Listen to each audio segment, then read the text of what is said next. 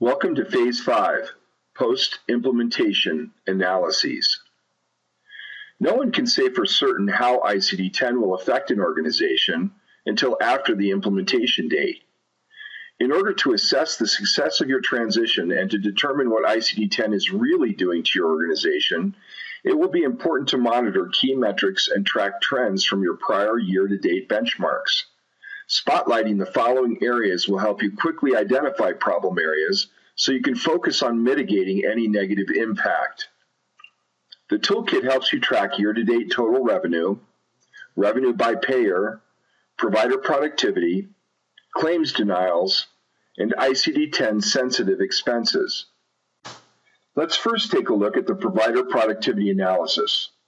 For example, if you notice one of your providers experiences a drop in monthly number of visits or revenue that is inconsistent with last year's numbers or with his or her colleagues, you can identify the problem and find solutions instead of letting the problem persist. Are the number of monthly visits dropping due to unfamiliarity with new ICD-10 EHR enhancements?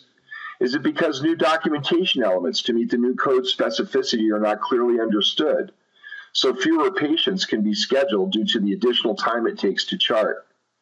Is the provider's monthly revenue dropping because of lack of medical necessity due to choosing unspecified diagnoses? These are just a few of the areas you would want to explore if you see a drop in number of visits or revenue.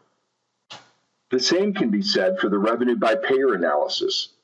If you notice a certain payer's monthly revenue decrease is inconsistent with the decrease experienced with other payers, you would want to ask that payer if new ICD-10 payment policies have been adopted. Or perhaps they are holding revenue because they are experiencing problems with the transition. 2012's transition to the new version 5010 data format is a good example of this. For many payers, the 5010 transition was seamless. For some, particularly the state Medicaid sectors, claims were held from processing for several weeks due to issues with the upgrade. The point is, identifying problem areas due to ICD-10 allows you to quickly address the issues. In the denial analysis, pay particular attention to an increase in denials due to lack of medical necessity. Unspecific diagnosis codes that do not clinically justify a procedure or service is most likely the culprit. For the expense analysis, monitor fluctuations in ICD-10 related cost increases. Staff payroll is a good example. You might expect an increase in staff expenses due to possible increases in overtime. Make sure these variations fall within your forecasted budget limits. This concludes the Phase 5 video. Remember, if you find you need assistance, please contact us. We're here to help. Thanks again for trusting Complete Practice Resources.